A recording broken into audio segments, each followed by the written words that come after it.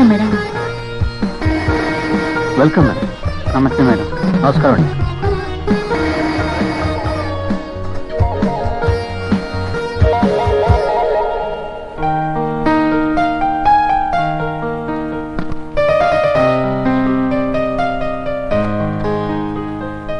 అమ్మా, ఇప్పుడు టైం 11 అవుతోందమ్మా.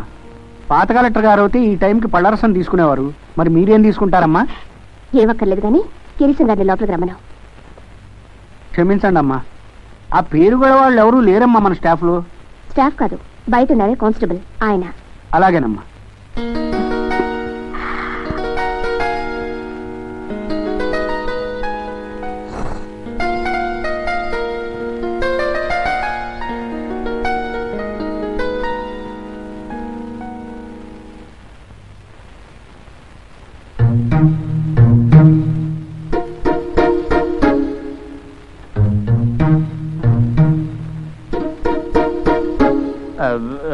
రమ్మన్నావట, రమ్మన్నారట.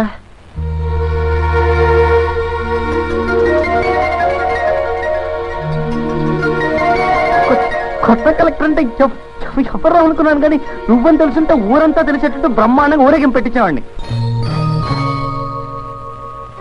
నువ్వెంత గొప్పదాన్ని అవ్వాలనుకుంటే మాత్రం మరీ అంత రహస్యమా? నేను బాగానే ఉన్నాను అని ఒక ఉత్తరం మొక్క వేయచ్చు కదా.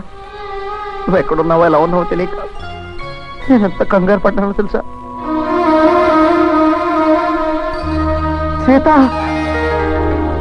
సీత, నువ్వెంత మంచిదాని సీత.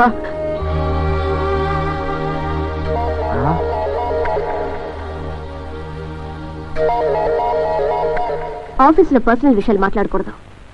పాదాభివందనాలు మాత్రం చేసుకోవచ్చు కాబోలు. మీరేమైనా మాట్లాడాలనుకుంటే సాయంత్రం బంగ్లాకి వచ్చి మాట్లాడండి. అమ్మా, పళ్ళరసం తీసుకురమ్మంటారా అమ్మా? నాకేం అక్కర్లేదు, ఆయనకి మంచినీళ్ళు కావాలట, తీసుకెళ్ళివు. రండి బాబు, మంచినీళ్ళు తాగుదురు గాని.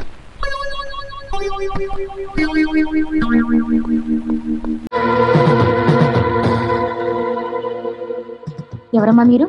ఎవరు కావాలి? సీత కోసమేమో. కోసమే లేదా ఆ దొరస్తాని ఉంది, పిలుస్తాను, కూర్చోమ్మా. నాకేం కూర్చోడానికి కుర్చీ లేక గతి లేక ఈ కొంపకి రాలేదులే.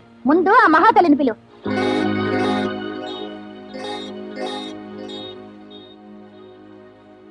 సిగ్గు విడిచినమ్మ వీధందరికీ పెద్దని ఇటువంటి వాళ్ళంతా సీట్ లెక్క పట్టే దేశం ఇట్టా తగలడింది.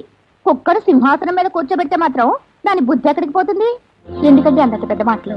ఆహా, మరి ఆ మహాతల్లి చేసిన పనిలో కలెక్టర్ ఉద్యోగం అడ్డు పెట్టుకుని కాపురాలు తీయచ్చా? చెప్పుతో కొట్టేవాళ్ళు లేకపోతే సరే. పరువు పద్ధతి ఉన్న ఆడదైతే కట్టుకున్న మొగుడు నదిలి పీచన పడుతుందా? వా, ఇంటి నిండా ఉన్నారు జనం, ఎందుకు ఇంత గడ్డి పెట్టచ్చుగా? సౌందర్య, ఏం మాట్లాడుతున్నామో తెలుస్తుందా? ఏ ఉన్నమాటగా అన్నాను.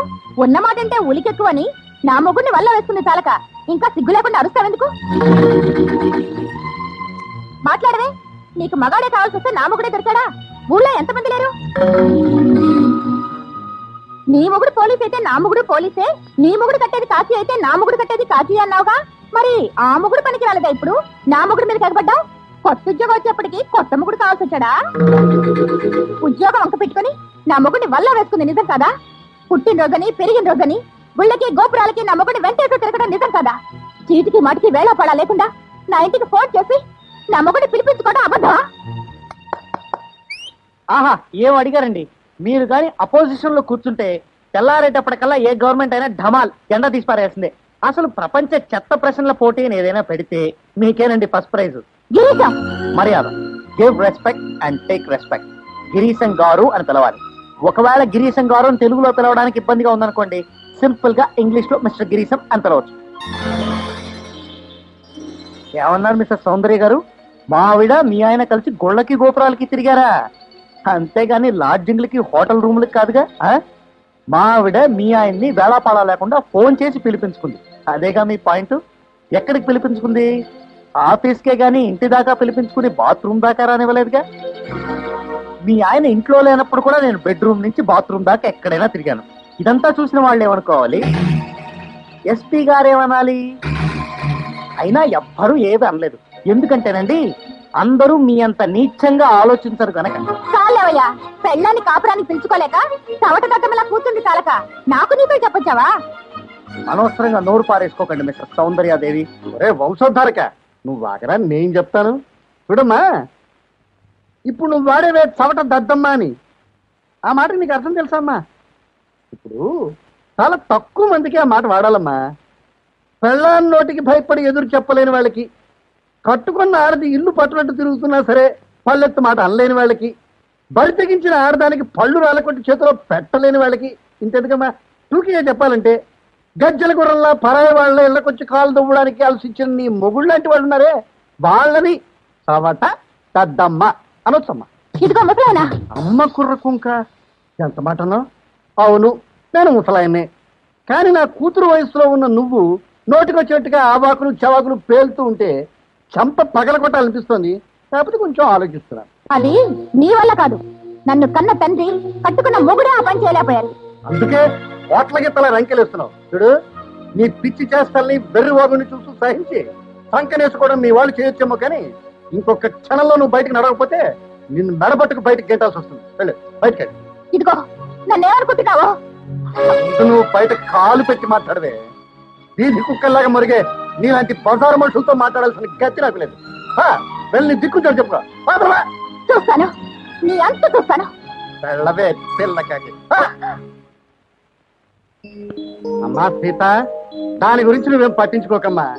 ఏనుగు వెళ్తూ ఉంటే కుక్కలు మురుగుతాయి, వాటి గురించి మనం పట్టించుకుంటావా? ఇది కూడా అంతే.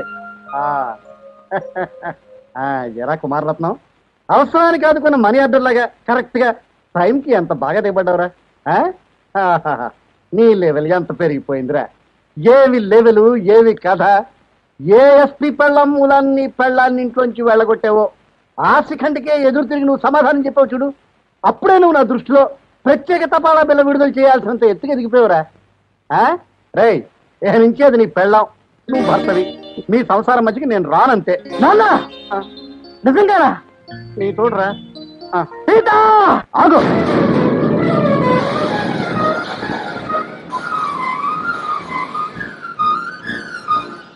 ఇన్నాళ్ళు నీలాంటి పెంకి పెళ్ళాన్ని దొరకటం నా తలరాత అనుకుని భరించాను, కానీ చివరికి నువ్వు ఇలా బరి తెగించి ఊరి మీద పడతావు అనుకోలేదే. ఆడపుటక పుట్టి మరో ఆడదాని శీల మీద నింద వేయడానికి నీ నోరెలా వచ్చింది? అది నాలుక చాటి పట్ట.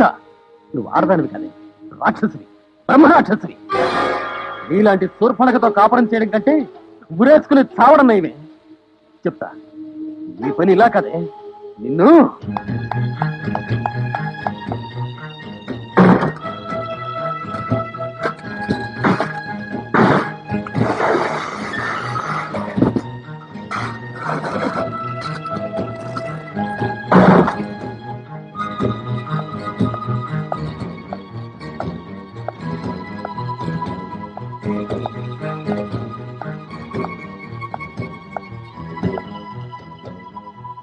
ఈ రోజు నుంచి నీ చావు నువ్వు చావు.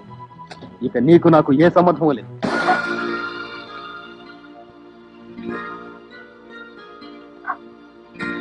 ఇన్నాళ్ళు అంతో ఇంతో నీ పుట్టింటి సొమ్ము తిన్న పాపానికి నీ మొండితనం, బండతనం, రాక్షసత్వం అన్ని భరించాను. ఇక నా ఓపిక చచ్చిపోయింది. నీ కొంప, నీ బతుకు నీకే వదిలేసి నేనే వెళ్ళిపోతున్నాను. రాజా వాసిరెడ్డి వారి ఆడపడుతులా బతుకుతావు, లేకపోతే మొగుడు వదిలేసిన ఆడదానిలా బజార్న పడతావు. నీ ఇష్టం, నీ కర్మ, అనుభవించు.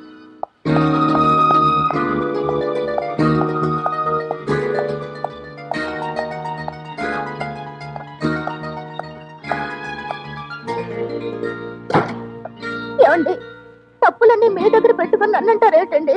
ఎవరైనా చనివిస్తేనే చంకనెక్కుతారు, లొంగే కొద్దీ నెత్తికెక్కుతారు. పెళ్ళైనా అంతేనండి. నేను కాపురానికి వచ్చిన మొదటి రోజునే చెంప పగలు కొట్టి ఈ చోటు ఇదే అని మీ కాళ్ళు చూపిస్తే అక్కడే పడుండేదాన్ని కదా. నేను నెక్లెస్ అంతా పుచ్చుకున్నప్పుడే తను చాచి కొట్టి ఇలాంటి తప్పుడు పనులు చేయొద్దంటే మళ్ళీ తలెత్తడన్నా? ఇంటి పనికి కానిస్టేబుల్ అని పిలిపించినప్పుడు మొదట్లోనే మీరు ఇదేం పనని ఒక్క చెంప దెబ్బ కొట్టుంటే నా బతుకుల బజార్న పడేదా? కలెక్టర్ కి మంచినీళ్ళు అందివ్వడం కూడా తప్పుడు బుద్ధితో చూడాలా అని ఆనాడే నన్ను మొహం వాయిగొట్టుంటే నేను వాళ్ళ వీధిన పడేదన్నా? చెప్పండి, తప్పంతా మీది. పెళ్ళాన్ని నెత్తికెక్కించుకోవడం మీ తప్పండి.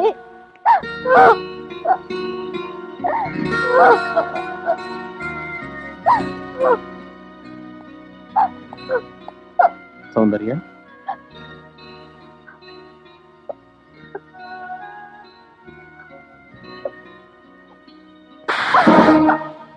ఇప్పుడు నీ మొగుడిగా చెంప పగలగొట్టి మరీ చెప్తున్నాను. పద, ఏ కలెక్టర్ గారి కాపురంలో నువ్వు చిచ్చు పెట్టావు ఆ కలెక్టర్ గారి కాళ్ళు పట్టుకుని క్షమాపణ చెప్పుకో. చూస్తావే, పద. సౌందర్య, తెలుసో తెలియకో నువ్వు తొందరపడి నా మీద విరుచుకుపడ్డా 2 సార్లు నాకు మంచి జరిగింది.